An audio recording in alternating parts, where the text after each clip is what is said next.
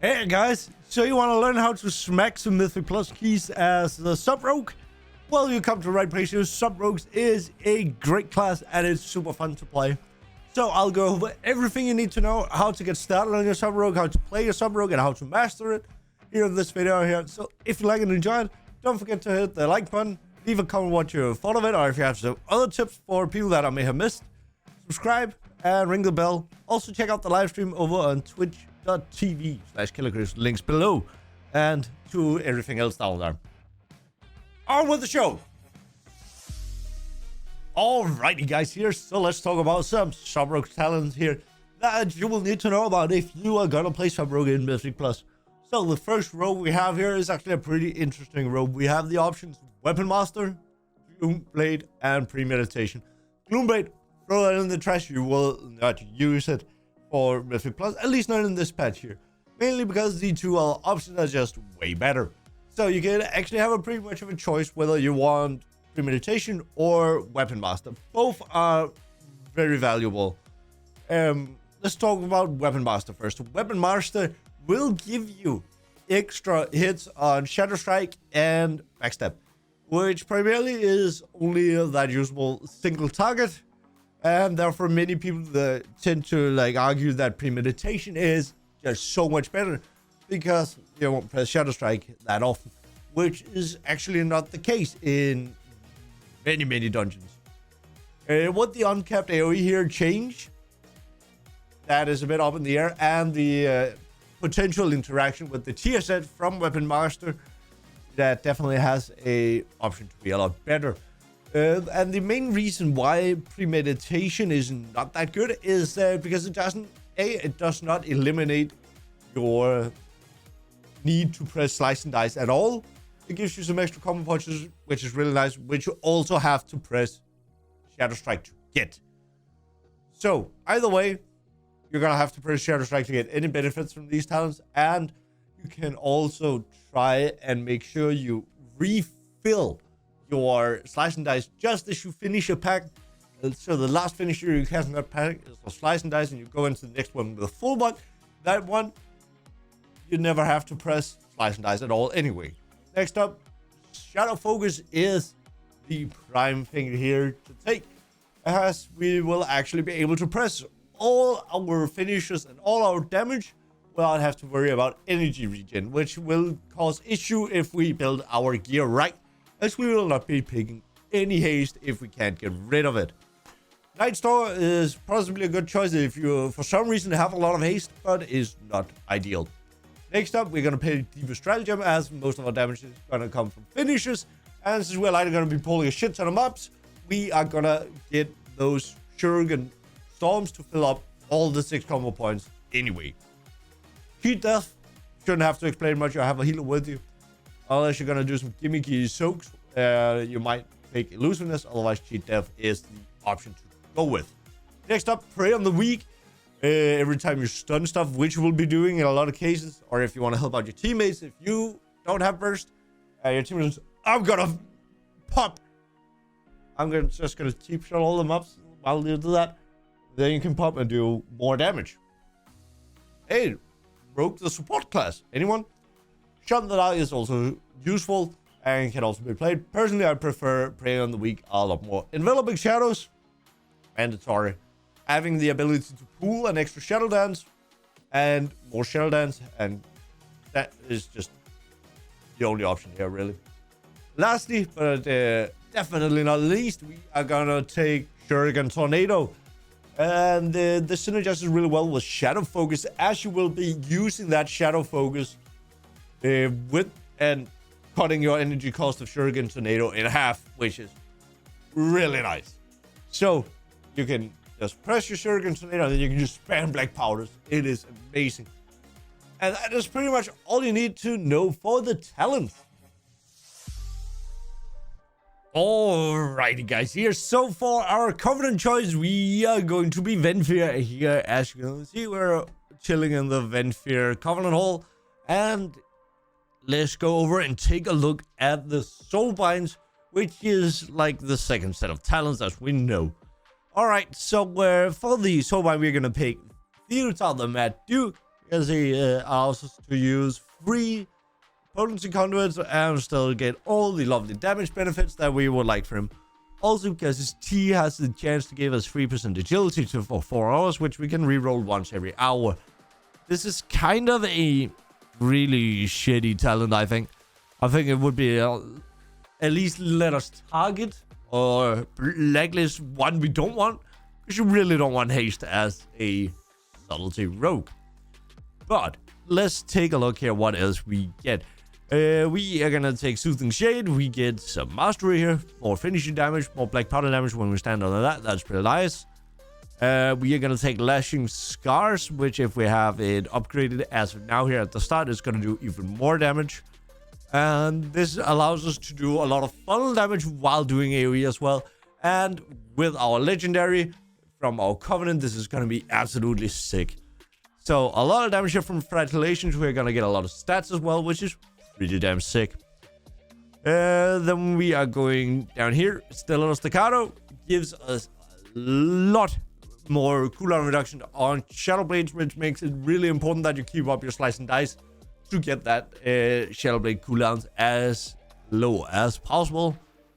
And we are gonna take Deeper Daggers, which grants us some more shadow damage when we use our Black Powder and Eviscerate, which is really damn good. Yes, a lot of our damage will come from Shadow, both with Shadow Blades and with our bonus damage to finishers who have exposed thingy. It's called exposed armor. It's not called that anymore. It's called something else. And we have Party Favors, which is our T. And that T cooldown, I really wish there were. If anybody know like a gimmicky way you can reset that, the T, that would be really nice. Remember to use the T, guys. I don't know how many times I've forgotten to use the T, but it's quite a lot. So definitely remember to use them. Alrighty, guys. So gearing your character. I'm going to try to keep this a bit short because it's another take and that was way too long. So let's get into it. Gearing weapons. Edge of Night is really good. Still is. Dagger from Sylvanas procs a lot of damage from combo points. And if you even just have it on Heroic or Mystic, Mythic is really strong.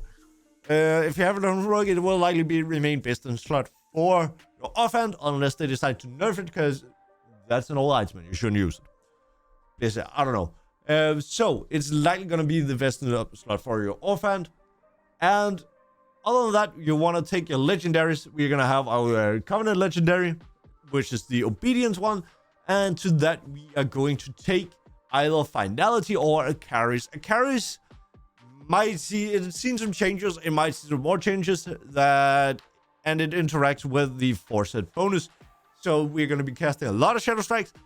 And those are not going to grant combo point, but it's still going to be very likely to be a mass hit in extra damage that we are going to get from that on top of that. However, I do not think in a Mythic Plus situation that is going to be worth. I think Finality is going to be the choice to go, as most people did back in the days when we played, what was this, like Sight in Afrius, the Rachel Castle in Afria, which was the Finality days. And that is going to be the legendary that you're going to be using for Mythic Plus, as well as it buffs Shadow damage and our Black Powder damage a whole lot. Our Black Powder, not that, yeah, Black Powder damage buff. Amazing.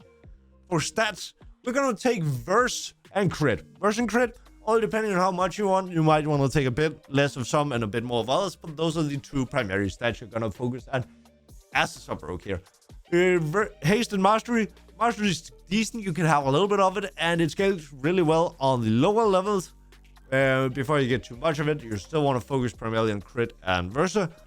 But Haste is completely garbage. We really don't need it because we, as alluded to before with the secret techniques, or not secret techniques, the shadow focus, we're gonna get a lot more. We don't need all that energy. So, and auto attacks don't really do anything for us. Trinkets, we are gonna have some new trinkets, and we're also gonna have the oldie goldie ones.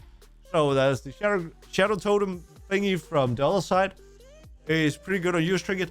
And we have the file of petrification from Plaguefall. That is going to be a top tier choice. Other than that, we have some new trinkets. There's Changes of Domination, which is a unkept AoE trinket that has some two-part interaction, which is really cool. And we have the first sigil, which is a kind of like ludicrous idea for a trinket. So here's the trinket. You gain like over 1,000 versatility for 20 seconds. But the trinket has a 5-minute cooldown. So it is likely going to be very useful for certain types of pulls, where you're going to do a massive pull and you're going to pump a lot of damage, and then you pop that trinket and you're going to through the meters, which I think will be a really good thing to do. Who doesn't like to go through the meters?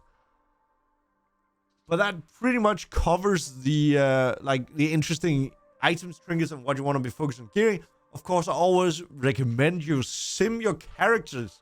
If you're like a guide or a tutorial on how to sim your characters using raid bots, simulation craft, or some other thing, let me know in the comments below. I'll do my very best to get one out for you.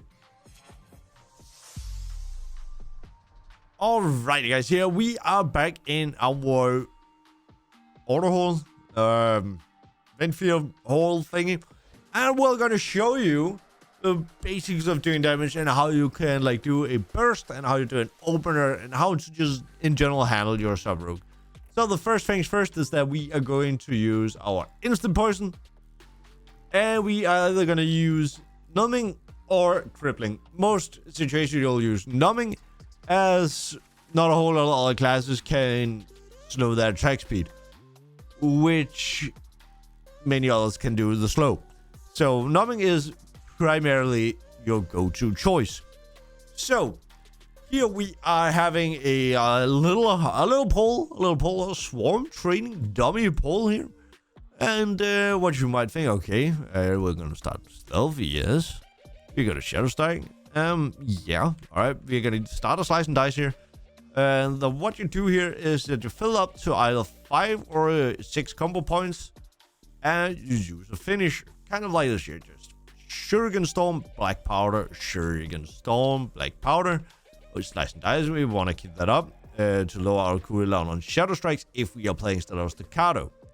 So when you want to burst, right, try and make sure you have a little bit of energy. You don't have to have it full, and have full combo points. Then you pop Fletch, you pop Shadow Dance and Symbols, your unused trinket. Then you use Shuriken Tornado, and then you spam Black Powder for a shit ton of damage. Of course, you want to use Shadow Blades here as well, which I didn't for no reason whatsoever, other than that I forget to press it because I'm explaining things. That being said, that will quickly and easily fill up a lot of points on your flagellation and get a lot of stacks, which gets you a lot of stats, which also lowers the cooldowns due to the obedience legendary, which you want to be playing if you do not have the secondary legendary. So that is kind of how you burst. But then you may have heard JPC and other rogues be like, oh, I want to do something else than playing Shuriken Storm, Eviscerate, Shuriken Storm, Eviscerate, Shuriken Storm, Eviscerate, Shuriken Storm, Eviscerate. So this is what a lot of rogues refer to as funnel damage. What the hell is funnel damage? Well, it is pretty simple as explained. It is damage that you funnel into a single target, which sub-rogues excel at, which is why they were played by so many teams in high keys, and why sub-rogues are just... The reason why you want to do funnel damage is you can burn down the high health target, while everybody else who are a lot better at AoE than you have the most single target by anyone, while still doing some cleave, which is exceptionally good, because then you can save your teammates downtime from not AoEing. So while you are not fully AoEing, you're funneling your damage into one target, making sure everyone dies at the same time. Go and watch the next poll, rather than you are 5 people who are dealing with one big ad. And as you know, in Mythic Plus, if you want to save on time, having to deal with one ad at a time, it takes up a lot of time that you could have spent doing massive AoE cleave, which you likely won't be doing because it will be funneling damage if you want to do this here really well. But yet again, guys, power to you if you want to do like, screw that, I want to do large numbers, right? Let's go and do some large numbers. A-okay. I approve of it. Sometimes you gotta have some fun, but if you want to do the very best and you want to push some keys and you want to push the limits to what your group can do, you want to make sure you get some funnel damage going here. So eviscerate, all these here, just 6 combo points eviscerate. Oh, that single target damage, which also scales really well with the Sylvanas dagger. It's so good. Yes. And that is basically the basics of what you want to do as a sub rogue and how you want to play. A few things to note is that Rupture, you don't want to use it with more than 3 targets as it's not worth. And if you have less than 3 targets, don't bother using Shuriken Storm outside or inside Shadowlands. Then you much rather want to do Shadow Strikes. And if you play the carry legendary, you also do not want to use Shuriken Storm in Shadow Strike or in Shadowlands before you have enough targets to fill it up. So, and that is it for basics how you fight and play your rogue. But before we end, a few good tips here for you guys to take on the way. And that will be learn your skips. Because rogues are being used a lot for skips, skipping packs, and some of them is just as simple as popping Shroud, walking past, A-okay. And some of them are a bit more tricky, especially the one in Sanguine Depths, where you have to skip the last pack before the Gauntlet. You will need a distract, because otherwise they will spot you in that stealth and they will be pulled, and you'll be like, well, fuck, now we have to kill it. So that is not good. Learn your skips, guys, and learn when to funnel. Some packs it is really, really good to funnel, and some packs it isn't. It is really just learning by doing. But try and keep an eye on which pack has a massive amount of high mobs or have a few high mobs. That is the ones you want to be funneling, and try and figure out where you can use your cooldowns. As a rule of thumb, if you're playing Stellar Staccato, just go ham, pop your cooldowns whenever, because they will be up pretty quick again. Then you'll die for the next run. You can be like, oh, I didn't have it for that. Maybe I'll hold it a bit so I have it for that. Or maybe you need to use it earlier or previous time, and try and like within each run, try and reconfigure it so it fits up well. And that is gonna make it the end here for this segment of the video, guys. If you like and enjoyed this one, don't forget to check out some of the other videos I've done. I've recently done a video on what specs will be best for Mythic Plus. And some were definitely one of those that I had out. If you want to know how some of the other specs are performing here during this tier, then check that video out. Also, don't forget to like and subscribe. Maybe check out our partners, Esports Nutrition. Link below, as long with the stream and all my social medias, guys. Thank you very much for watching, and I'll see you in the next one.